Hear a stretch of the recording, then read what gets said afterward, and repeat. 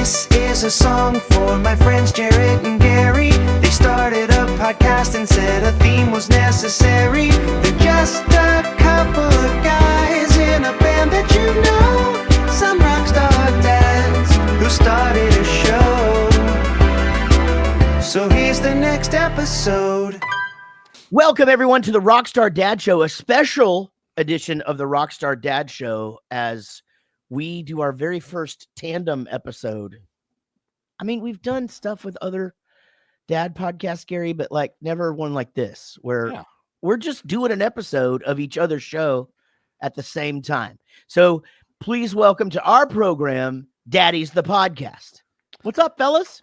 Hey, thank you for having us. Yeah, thank you. Glad you guys are here now. So starting right now, we're broadcasting to both of our audiences. So I feel like we should introduce ourselves. So I'll go first because I'm obviously the one talking right now. I'm Jaret from the band Bowling for Soup, and we, my drummer and I, Gary, do this show, and this is the Rockstar Dad Show. So when you hear me talk, I'm Jaret.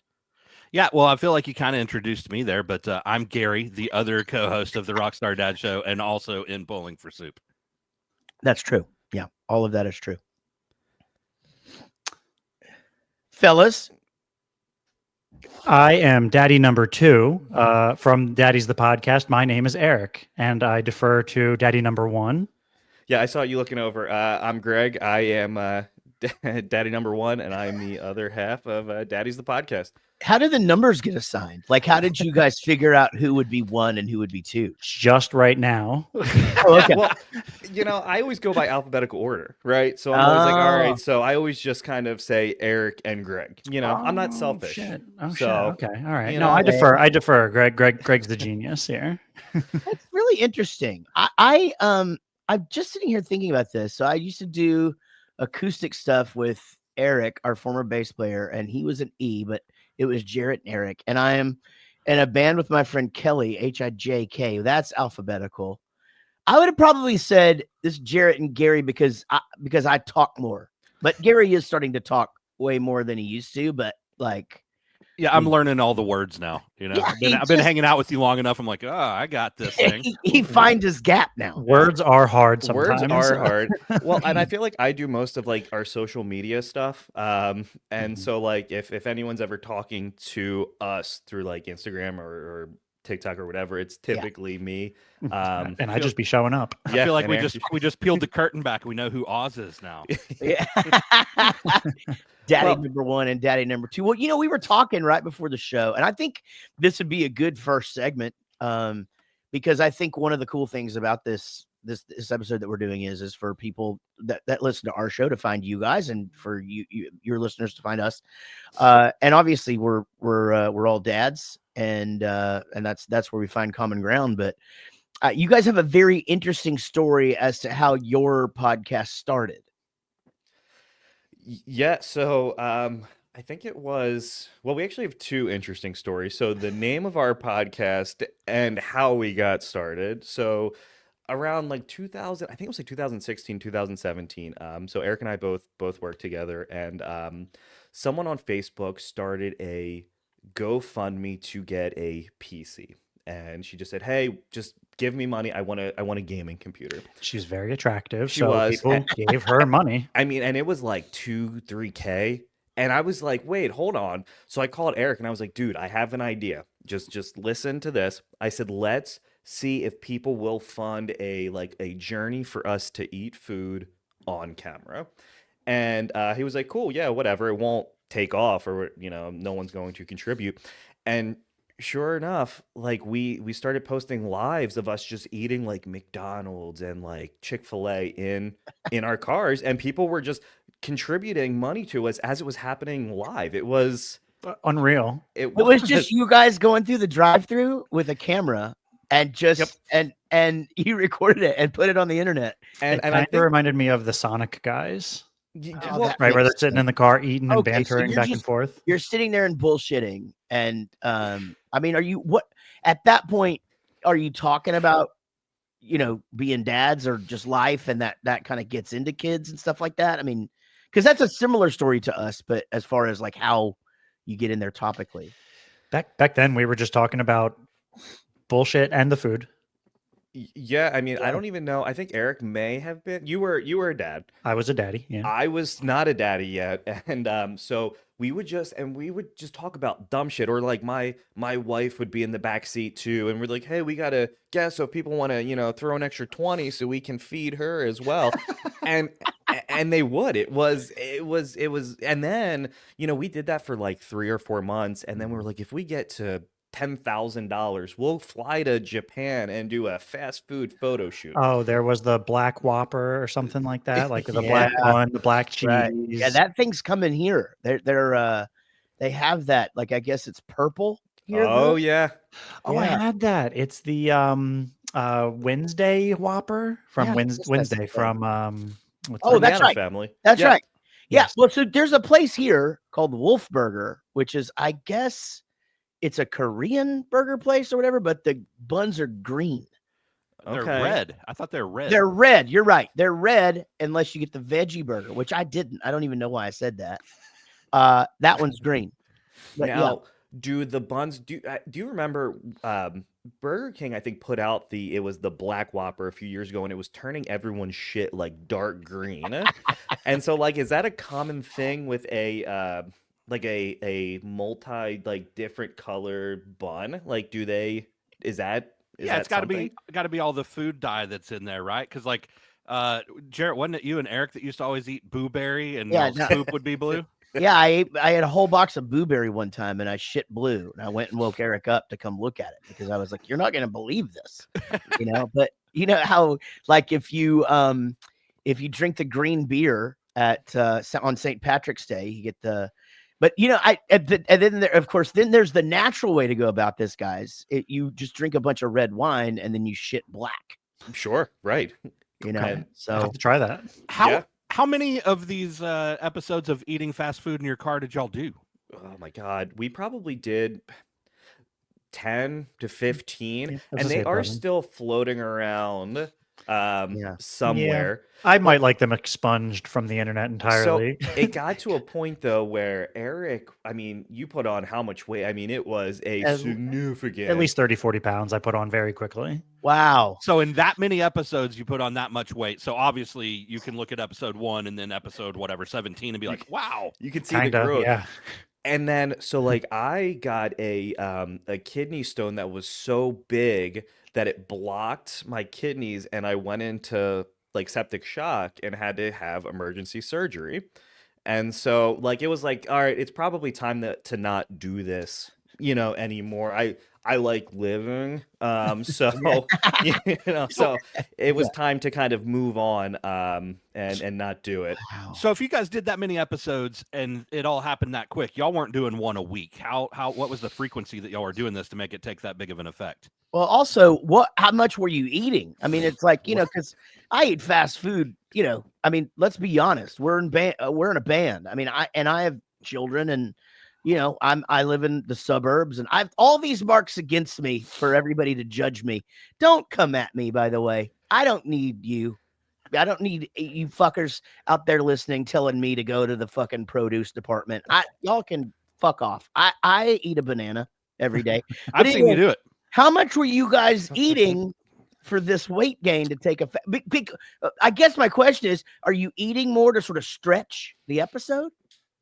I think we were eating more just because we would just get carried away with it. Yeah. Hey, let's each get a meal. Ooh, and we'll toss on the mozzarella sticks too. I've wanted to try those. If Oh. I get the mozzarella sticks, Greg, you've got to get me, you got to order the cheddar poppers or something. Yeah, whatever. I know And that. we figured out that Eric was eating like 50% more than me, and so like we would each get a 20-piece nugget from McDonald's, and Oh, we I got the would tailgate meal from we would McDonald's. get the tailgate meal, and it was like 40 nuggets or whatever, and like 4 Big Macs and burgers or Holy whatever, and shit. he would be eating the nuggets, and I would be sliding more into his box because I couldn't fucking eat them. I said, I think I ate like 22 nuggets and I still had 10 nuggets left. And he's like, oh, I'm done already. Yeah. So I eat 50% more than him Yeah. at any given time. And that's what did it for me.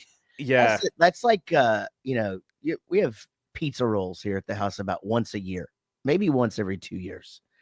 But those fuckers, they go from like scalding hot to like that you being able to pop them in your mouth. And once you're popping them in your mouth, you're not counting anymore. And so, it's just a big basket of them, and then you're looking down there and you're just going, shit, I wonder how many of these are still mine. Then you get into taking inventory.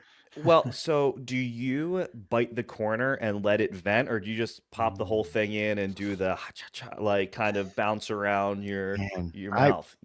In my old age, the wisdom I have now, I just fucking wait. But I'm gonna say back in the day, I know you too well. You were not a corner biter. You were I'm gonna pop this one and this one and this one and go, shit, this is hot. Exactly. Yeah, because Gary's always had I call it the pizza pocket patience. PPP, because he will wait on his hot pocket until it's not scalding hot, and I can't fucking do it. Like I'm just, it doesn't matter if it says wait 2 minutes, he waits the 2 minutes, and I'm just like, that's so stupid. I'm gonna, oh Jesus, and then like the top layer of skin on the top of your mouth is gone for a week. You just can't taste anything after that, man. Well, then so that goes from the fast food. You guys are like, man, we got to get a grip on this, and then how do you become the Daddies the podcast? So we kind of stepped back from that, and then the idea of a podcast came. We've been talking about it for a couple years, but then we were just like, yeah, okay, whatever. And then I think it was like November of last year. We were like, hey, let's actually do it, but let's do it right and make sure we research it and figure out kind of figure out our identity, and then let's figure out a cool name.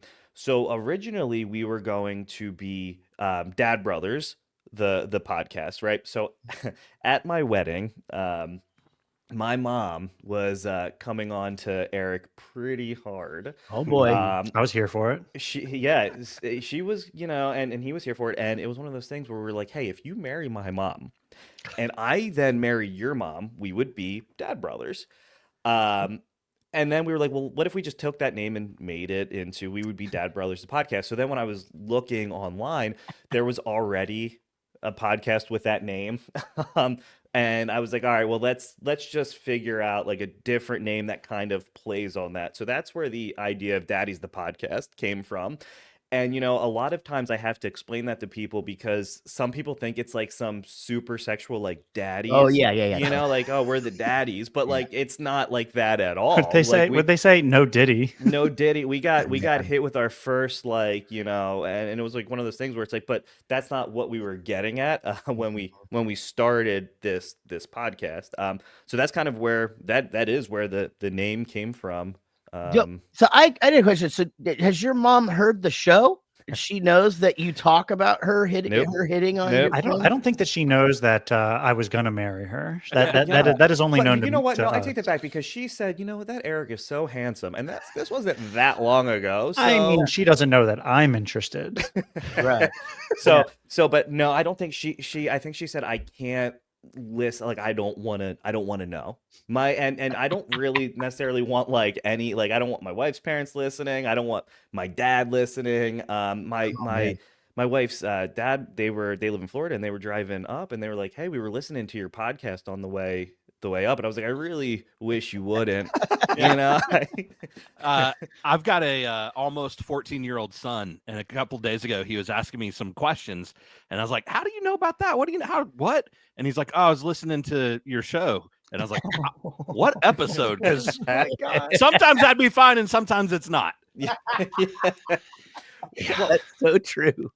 And I don't know if this is the same for you, but like I always kind of go off, like when we do like a guest episode, I always try to kind of go off of like the guest, and like I let them kind of guide like how inappropriate or not the episode's going to be. Yeah, I'll change my vocabulary. Oh, that's heckin' cool, guys. Yeah, right. Sweet. Well, you're not going to offend us, so well, and so when we do like our episodes, it's like all whatever, but we've done a few where it's like we really have to kind of hold back, but then we have somebody that we work with that listens religiously, and we did an episode a couple, I guess about a month ago, and she was a ex-Amish turned stripper. And she did that for like 20 years. And she was like, she emailed us at work on our work emails, which we try to keep work and this separate. And she was like, oh, I really enjoyed the episode with the stripper. I was like, I really, she wouldn't put that into our, On the into work our, email. yeah, right. Oh man, I don't have that problem, guys. Yeah. Everybody knows if they listen to anything that I'm doing that it could fucking go wheels off anytime. I've seen him officiate weddings, and we're all just like, oh, I don't know what he's about to say. Ah, But I feel like that's well, what makes it fun, right? guys, our podcast, and to those who are new to Gary and I on the Daddies the podcast, you know, as I said, we're in a band called Bowling for Soup, and I actually had a few podcasts over the years, but one day Gary and I were hanging out in his mom's pool. His mom did not hit on me. Well, for years, you'd been like, we got to start a podcast. We got to start a podcast. Yeah. And then, right. It was just a matter of like, you know, what's it going to be about? And, you know, we just sort of realized that every time we get together and just start drinking beers and, you know, having food and, you know, doing our thing, our families spend time together and we talk about life. We talk about our kids. And it was like, that's the show. You know, we have so many friends that are rock stars and actors and comedians, but also our neighbors are interesting, you know, and let's just get on there and talk about dad stuff and get dad perspective. And so it's evolved a lot over the years. It kind of started out as being, you know, we really tried to stay the course and like only talk about dad shit. But really, there's only a certain amount of times you can ask those same exact questions, even if it's not to the same person. It sort of got a little bit stale for us. So now it's just a conversation. Gary and I talk about whatever. We tell a lot of stories about what's going on with our kids, a lot of stories about dealing with that stuff, like while on the road and those things. And then when our guests come on, you know, obviously we talk about what's going on in their life. We have them introduce their kids to us and stuff. And so that's where we're at. And our show goes out on Adobe Radio, which is shout out to Adobe, and then to podcasts everywhere. So I'm glad we linked up via the gram. Yes. And, you know, I do have to say that when I messaged you, I think it was like back in February or March, I was like half dead on my couch. One of the kids brought home one of those nasty like daycare bugs that just have you like on the brink of death. We know that game. Yeah, right. And I was going through and I was just messaging people and we were like, hey, let's try to kind of expand out and talk to other, you know, individuals. And you were one of the first people that responded to me. So I appreciate that. You didn't tell me to go fuck myself, you know, and you were very kind. So thank you for that. Yeah. I mean, if it was back in February, I probably told you that I couldn't do it right then, but that the follow up with me or whatever. And I you know, I mean, that's a thing, actually. This could be our first sort of mini topic before we take our first break. But I actually had to learn how to say no. I'm a fixer. I learned that in therapy. And I have a tendency to want to just make everybody happy. And so anytime anybody would ask me to be on a podcast or whatever, I would try to accommodate. And it got to where like my days are just, you know, sometimes I'm doing 4 or 5 of these things. And, you know, I was just like, this is just too much, you know, it's just too much. And I actually asked, I don't normally go outside of my core group for advice, but I was talking with Krista Makes from Less Than Jake, who was like me. He's got a lot of stuff going on, and I just sort of threw that out there. And no, I remember what it was. I had seen that he had posted something about, you know, like, hey, I'm not doing any of this shit, you know, for this amount of time. And he was like, dude, if you just answer people back and tell them that you don't have the time and you know, whatever, like they're going to be so stoked that you just answered back. And you just basically proved that. I mean, by saying that, you know, and I'm courteous about it, right? If I can't, I just say, hey man, I'm doing music and trying to spend the rest of the time with my family and, you know, do my stuff. And so, you know, I don't know. Do you you know, you know, time budgeting to me is not difficult. It just was really hard for me to say no a lot of times.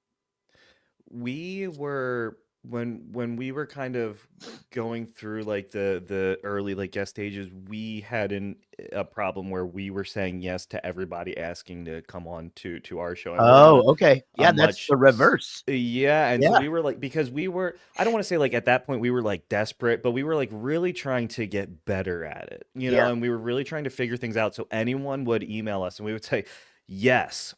Yeah. And then it bit us in the ass. And it was to a point where it kind of, with the individual, it was almost like stalker-esque, Mm. like you know, constantly messaging us, and it, to kind of talk about what you're saying, like, yeah, like Eric and I both work too, and you know, we have families, and that's more important than that, you know what I mean? And you know, and like this individual wouldn't understand that, so we had to put like a protocol in place per se, where if somebody messages us to come on, we do like a 5 to 10 minute like just sit down kind of talk with them to make sure that we're kind of like vibing, and you know, they kind of understand what we're about, we understand what they're about. It's like an But- interview. Like an So interview. we know that they're normal, and we'll have a good Yeah. episode together. There's some value there. It's But- an individual of course. speed date. and, I mean, it's the pre-interview. I mean, honestly, when you go, you know, when we go on talk shows and stuff like that, when you go on the Tonight Show, you go into the Regis and Kelly or whatever, the ones that we did back in the day, you know, especially those ones, you know, like the bigger ones, network television, you have to set aside a time, and like a guy calls you on the phone and you have a 30, 45 minute conversation with him that you answer just probably all these basic questions. And then they're just like, any current stories about this or this or this that he could ask you? It's all that's you know, all that's just canned. It's like they have all that planned. Nothing is spontaneous. You know, even even you know, I'm sure probably Drew Barrymore flashing David Letterman was probably spontaneous, but I don't know, maybe it wasn't. You know, fuck, I don't know. yeah, But- and you know, when individuals reach back and just say, I mean, even when someone would say not interested, I was like, oh, cool, right on. Like, that's awesome. Like, I Yeah. just appreciate you taking the time out of your busy day to tell me Courteous. to fuck off, essentially. Like, that's cool. And like, and some people, I mean, like you said, hey, I'm super busy right now, but hit me back up in November and we'll figure something out. Yeah. And I was like, cool. Like, that's awesome. Like that. We were very appreciative of that, because, you know, 9 times out of 10, you just don't get. I don't know how it is for you, but like I heard like messages get filtered into like a They do, certain yeah, like yeah. box that like probably just doesn't, you know, there's probably a bunch of shit that goes in there. So It won't even let me check that box anymore. So now there's so Mm. much spam. If it doesn't come across my thing, very seldom of them will get through. And I actually think it's a bummer, because I used to go and check those. And honestly, like the way that I would filter it is like, if anybody that had, you know, 300 to 500 followers at least, I would at least read the message and try and respond, because you never know, it might be a fan that, you know, wants to say something or whatever. For the most part, if they don't have that many, then it's just somebody, you know, it's usually spam or whatever. But yeah, they've changed all that shit. So I'm glad we hooked up, man. I'm glad we're doing this, guys. It's great to have y'all. We do have to take a break. We will be right back with Daddies the podcast on the Rockstar Dad Show. More of that, but first, listen to this. Welcome back to the Rockstar Dad Show. Don't forget, we are on IW Radio every Tuesday at 9 p.m. Eastern, and then just a few hours after that, right to your podcast app, wherever you listen. And man, this week is awesome. It's the Rockstar Dad Show with Daddies the podcast, and the Daddies the podcast with Rockstar. Anyway, we're doing each other's show. Welcome back, guys, and let's talk about dad stuff. You know, I mean, I'd love to know just a little bit about you guys being daddies. You know, how long y'all been daddies? How'd that happen? Well, I understand how it happened. Yeah. You know, It's my understanding.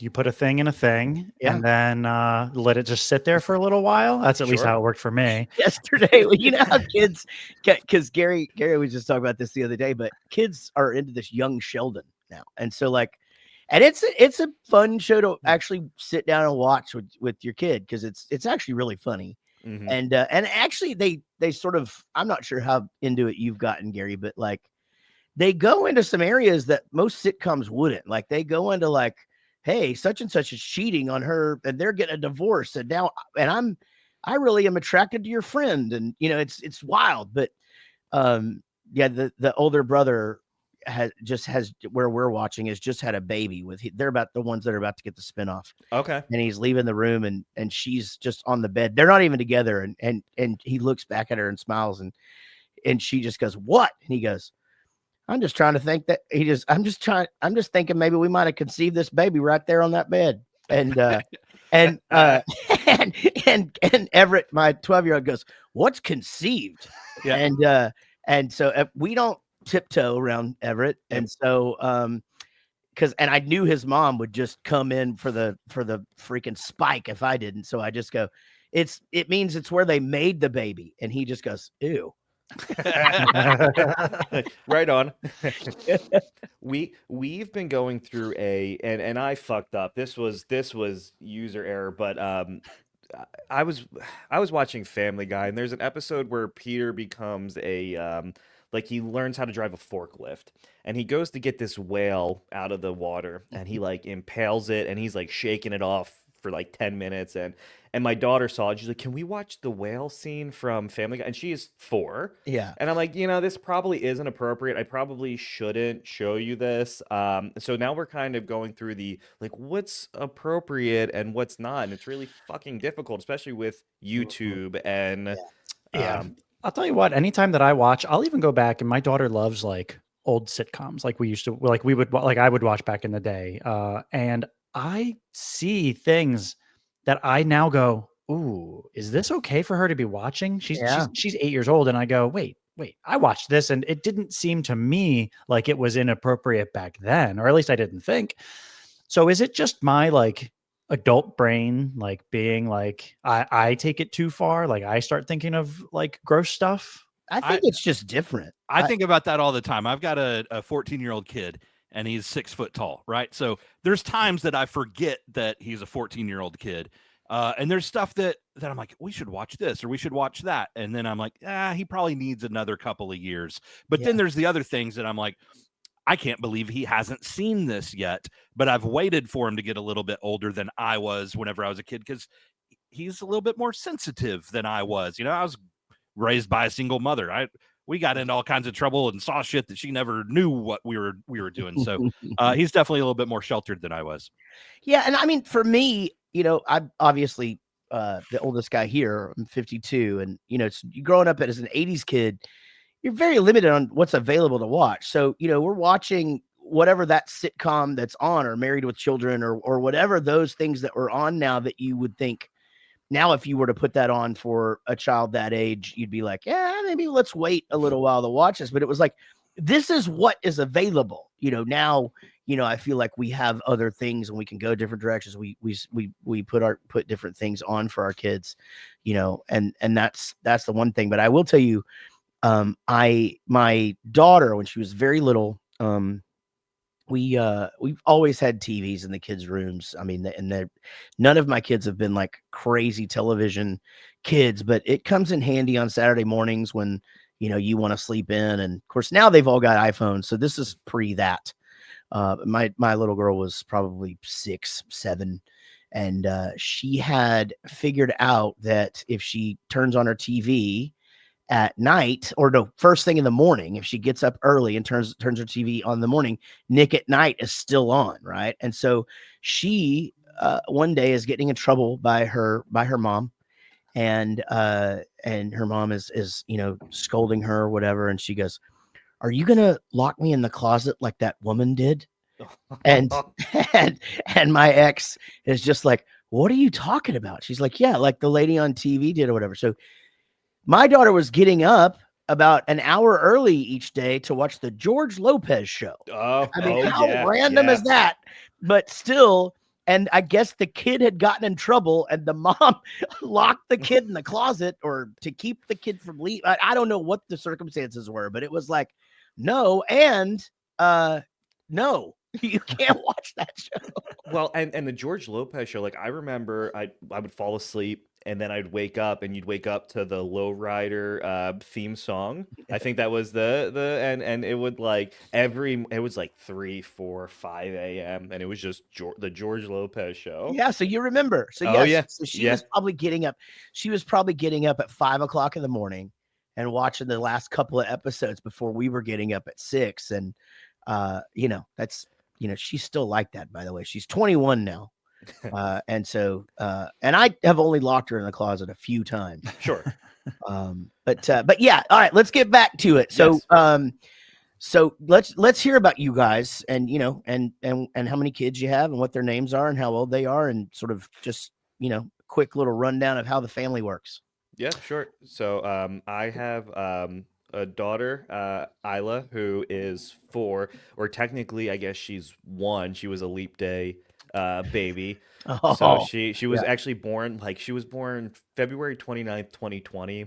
And the day we had her, they were like, hey, we don't know what's happening in the world, but it's not good. So it was like right before the world kind of just yeah, like like a couple imploded. of weeks before everything shut down. Yeah, it was crazy. So, and we were fortunate enough where my wife's a teacher, so we were able to kind of stay home with her for a year and a half. Yeah.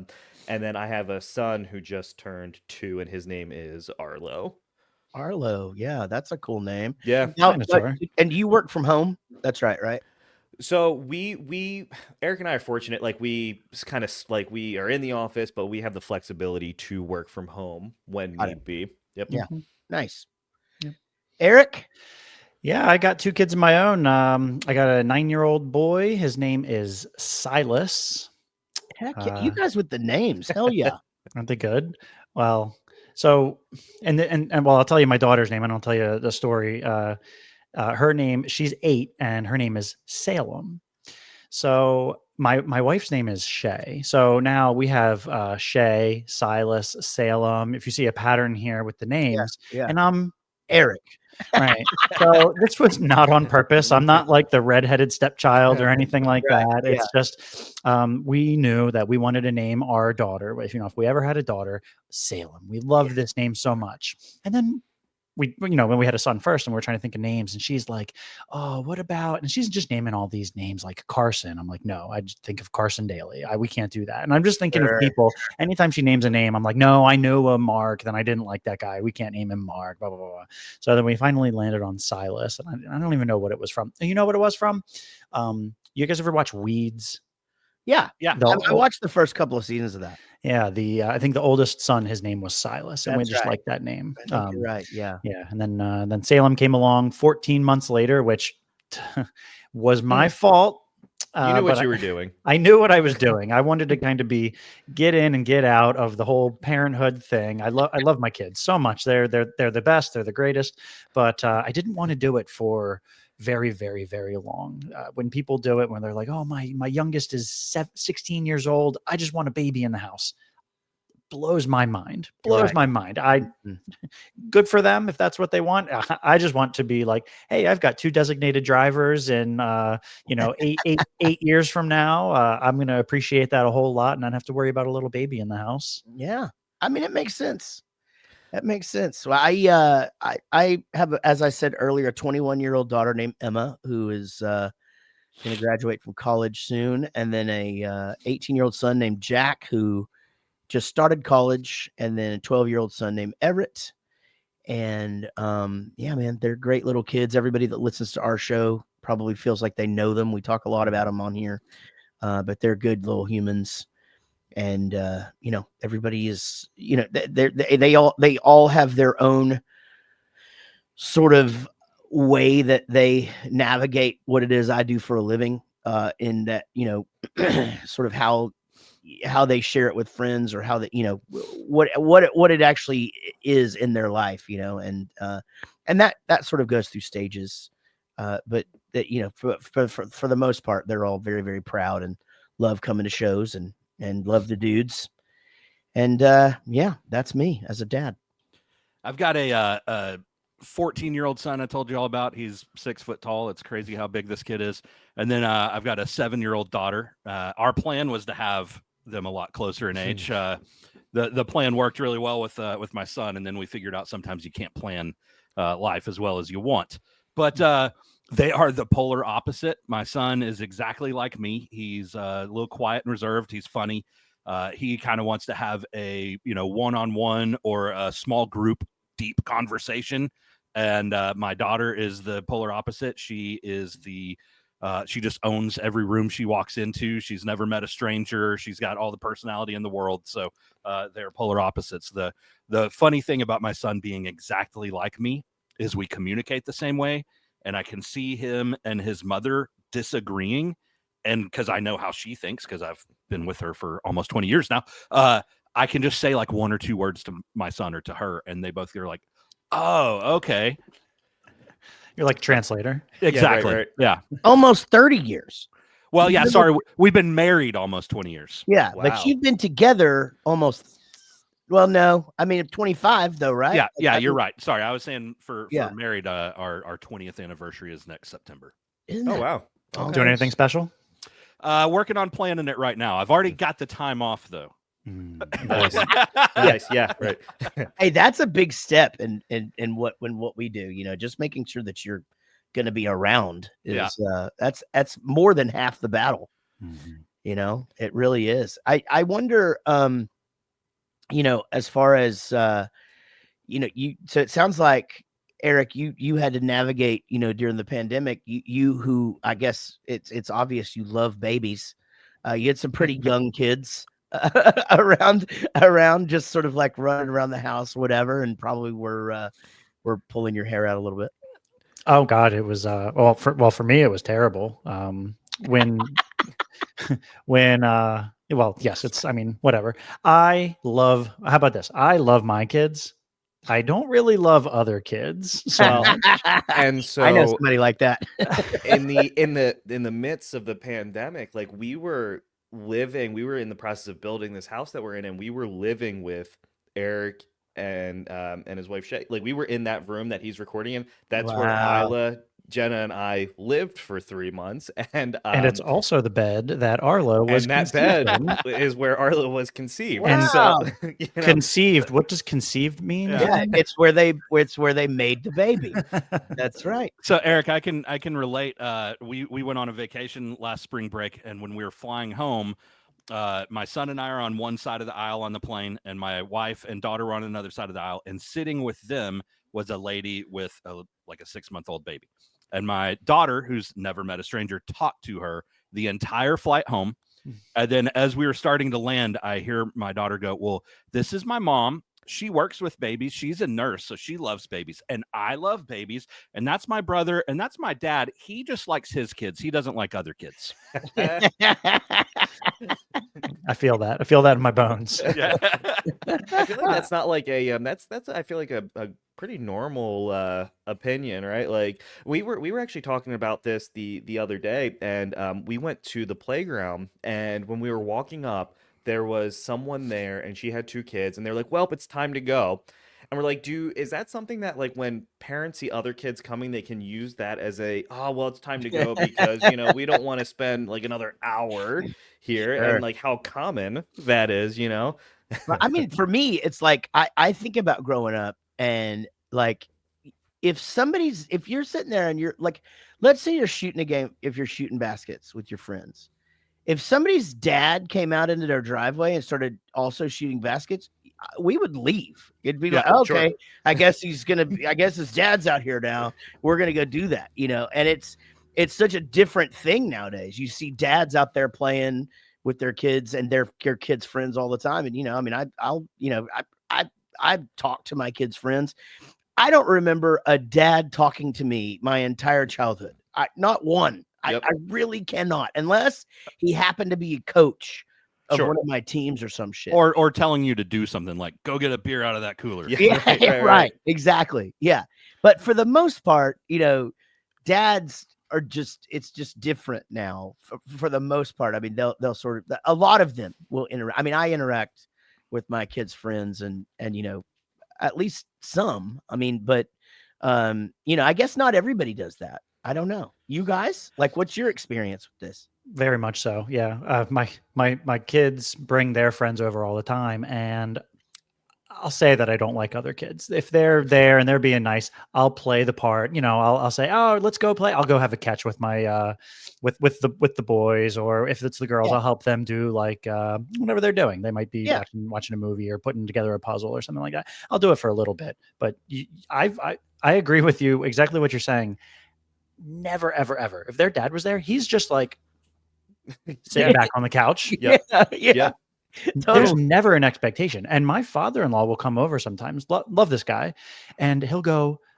He'll ask my wife. He'll say, can you have Eric come and help me do this thing? And she's like, he's like playing with the kids right now. He's helping them do this, and he's like, what is that? And he's like judging me like I'm a bitch. Like that's a woman's job or Yeah, something like that. And I'm right. like, no, That's I'm just trying to be there for the kids. And he goes, yeah, I get. He sees it, but he doesn't think about it.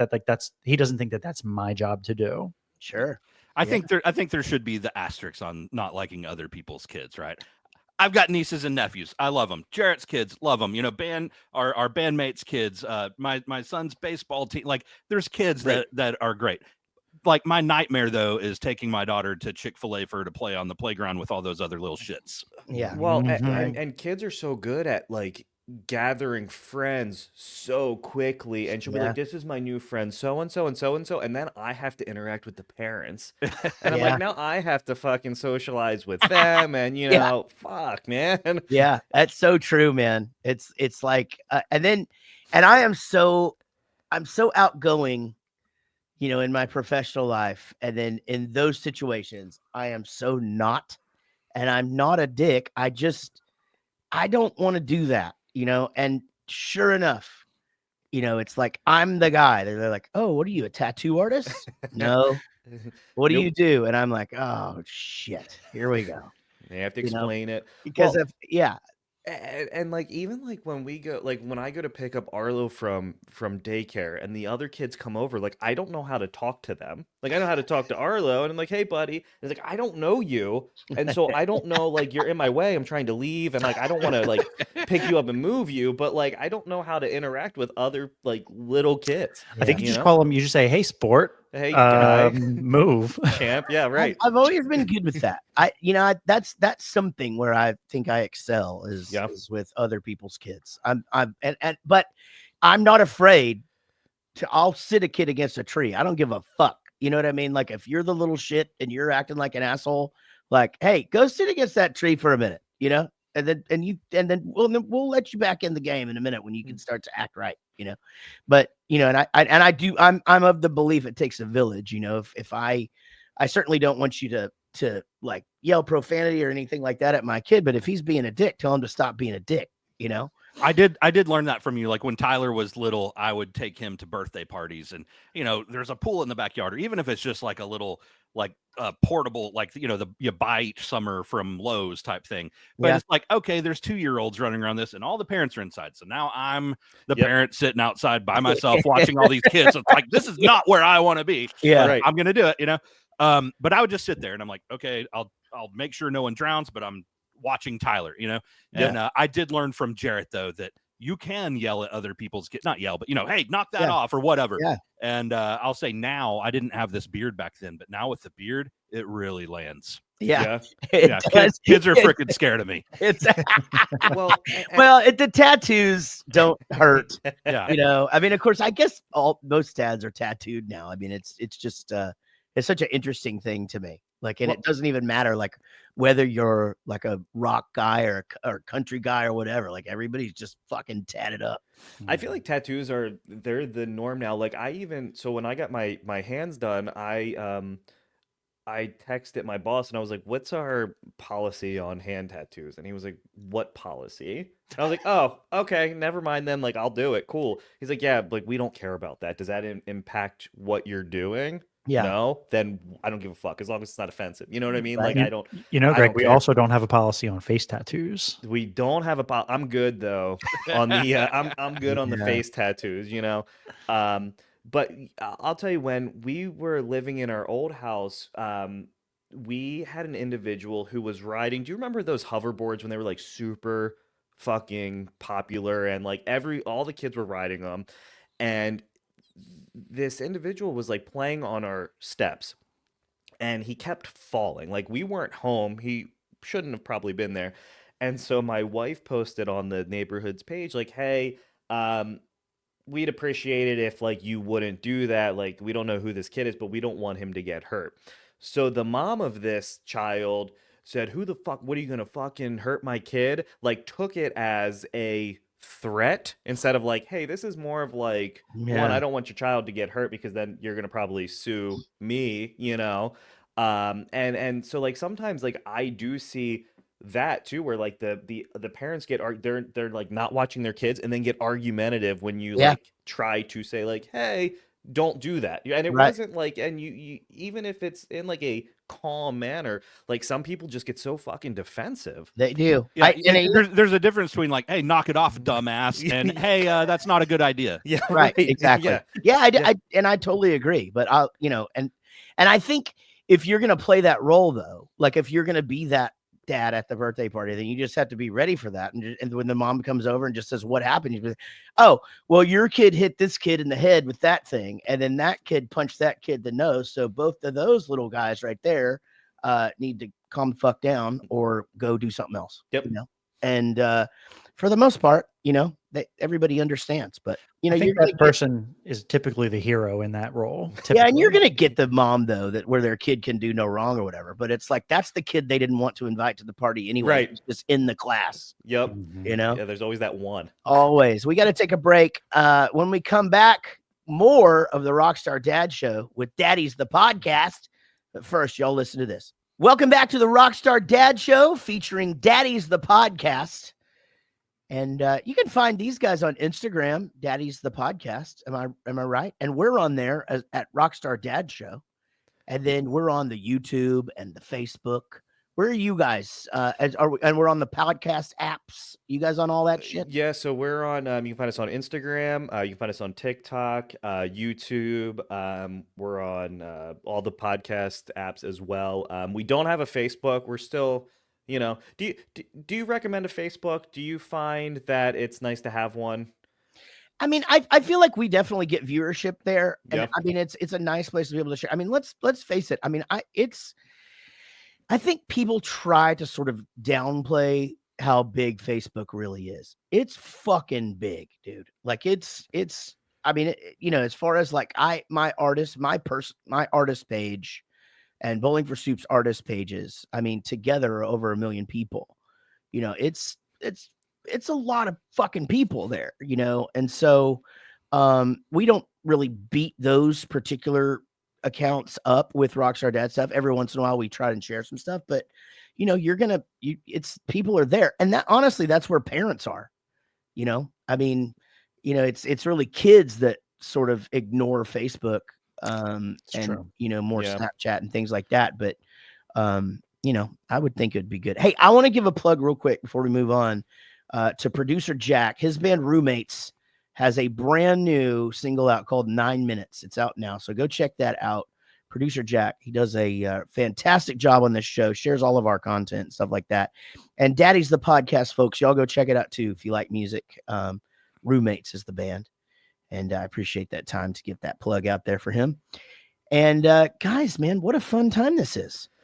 Yeah, we this has been very nice. And we were like, I was talking to Eric yesterday. I'm like, I'm kind of like nervous. This is our first like tandem episode, and We've never been on a podcast before. yeah, Like, we've kind of like like had that. people on. Yeah, Yeah, we've never been guests on a podcast.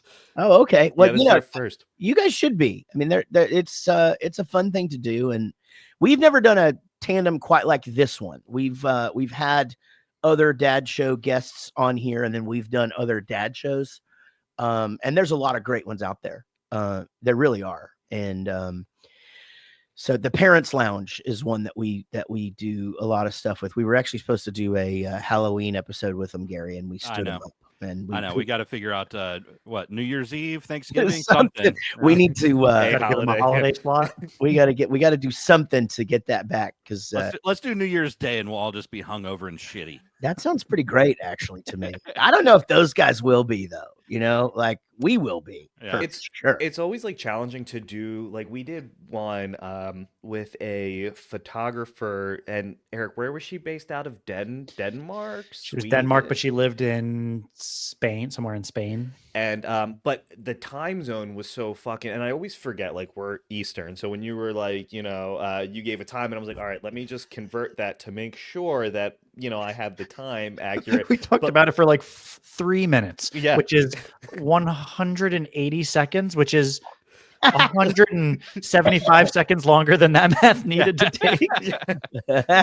But like this one was like, I think we hopped on at like 8 a.m. and then we did one with William Hung from American Idol, and Yeah. like that one, his time was a weird time we had to do also. So like us getting acclimated to Yeah. that, We and clearly just have a problem with time zone math. yeah, apparently just Right. time zones are I- hard. I So- get that. Our bass player's still on Eastern time. He lives in Pennsylvania, Okay. and for years we would say, okay, we're going to do this at 7:00. You know, something online. Is during the pandemic, we were doing all sorts of stuff online, and he'd show up an hour early, and then he'd be like, well, I can't do it tonight because I had it at this time. And we made like a band decision that all time will always be Central Time. Yeah. And he's like, okay, and still 6 months later, Yeah. like messing it up. Bowling for soup time. You know, Sure, it's right. like it's this time. You know, yeah. I mean, the way that we combat that, guys, is like, you know, Gary and I are both busy dads, and we busy lives, and you know, Gary's son plays select baseball, and his wife's a nurse, and so honestly, when we're home, this is the time that we can allot to the show. And so it's like we can only record during these. I was actually really happy this worked out so well with you guys, because a lot of times when things like this come up, someone will say, you know, like, oh, okay, well, let's do it Saturday or Sunday. I'm like, well, we don't do weekends. Well, how about one evening this week? Yeah, we also don't do evenings. We can do it like during this time, whatever. And I realize other people work, you know, but for the most part, you know, Gary and I can do it during the day, and a lot of times the musicians that we have on, they're sort of on the same sort of situation that we are, and so, you know, you got to do it around your kids. We've you done know? a couple of things in the evening, and those are always fun, right? But Yeah. it's just we can't make a habit of it. No. We went through a period, like I find that like we were doing like guests for like certain like specific like niches. Like we were doing like artisan soap makers. Like we did 3 back to back, and then we did puppet. We said, wait, we got to kind of put the brakes on artisan soap makers. We seemed like we were just a soap podcast. And then we were doing like puppet individuals, and then we were doing musicians, and then like comedians. But we did one, and I think it was like 10:30 at night. And it was so fucking challenging because like one, you're tired, you've worked all day, but like we really wanted to work around like, you know, the other individual schedule. But this just happened to like all the stars just happened to align for this episode, which is great. Yeah. Because and literally Eric's leaving. When do you leave tomorrow? Tomorrow morning. Yeah. Bright and early. For Las Vegas. I going just to got back Vegas. from Las Vegas. Got any fun things for me to do while I'm Man, out there? you know what? I'll tell you this. I used to love Penn and Teller when I was a kid, and I went and saw them in the early 90s, and I went and saw them on this trip. I took my father-in-law, it was his birthday, so we took my in-laws and a couple of friends to Vegas, and we went and saw them, and man, their show is so good. It's so funny and it's great, and so that's a good one. And then I went to my first burlesque show. Okay. Which Okay. might be bullshit. I might have been to one before, but I don't know. But I've been to one with you. yeah, Well, okay, I don't know if that was considered a burlesque. It may have okay. been So see, all that's right. what I'm talking about. Yeah. So I don't know where when you cross the line. You know, I don't know what is burlesque and what is just the peelers. You know, Yeah. but I went to this Dita Von Tees. Okay. And here's the thing. Women love it.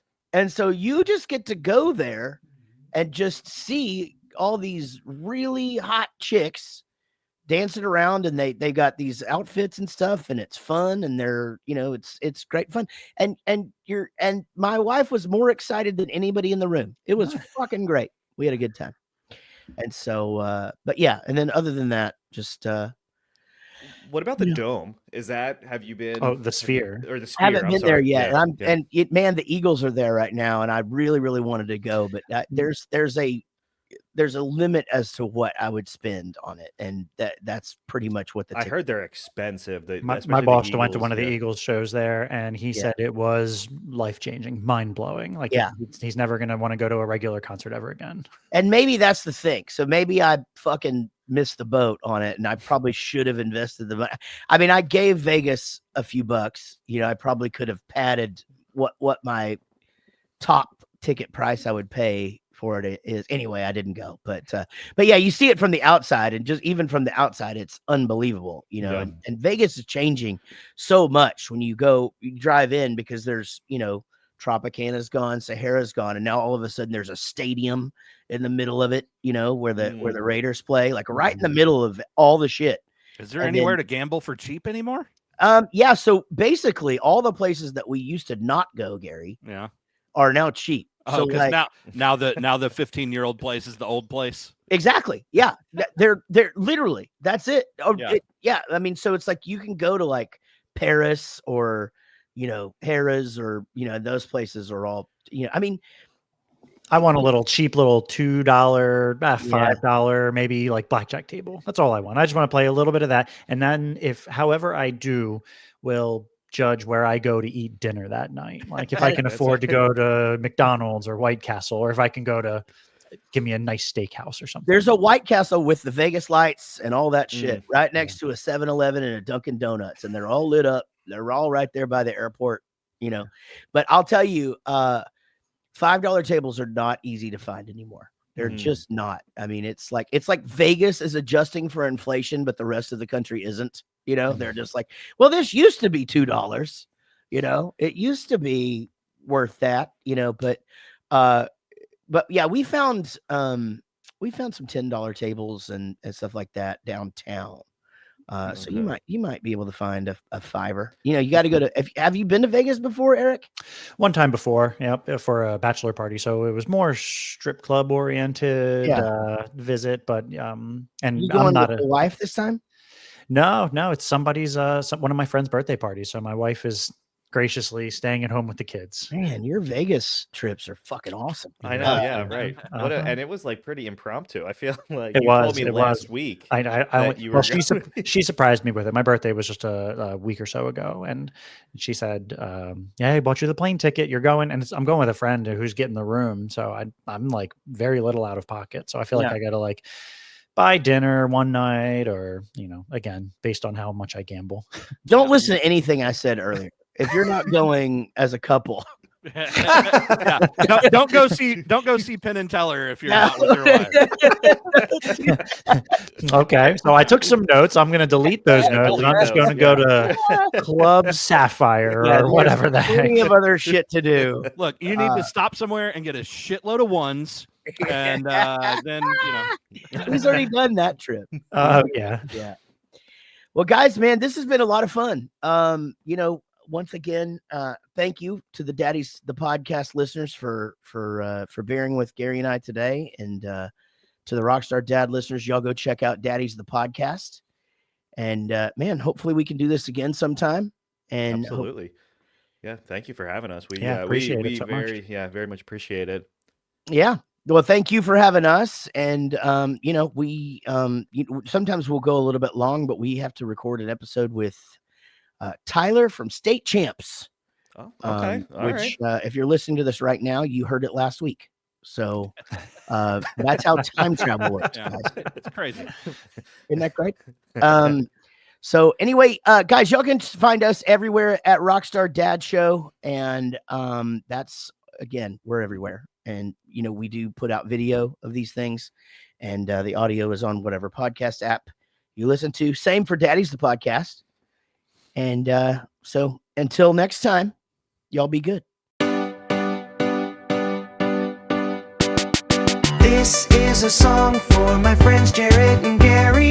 They started a podcast and said a theme was necessary. They're just a couple of guys in a band that you know. Some rockstar dads who started a show. Until the next episode.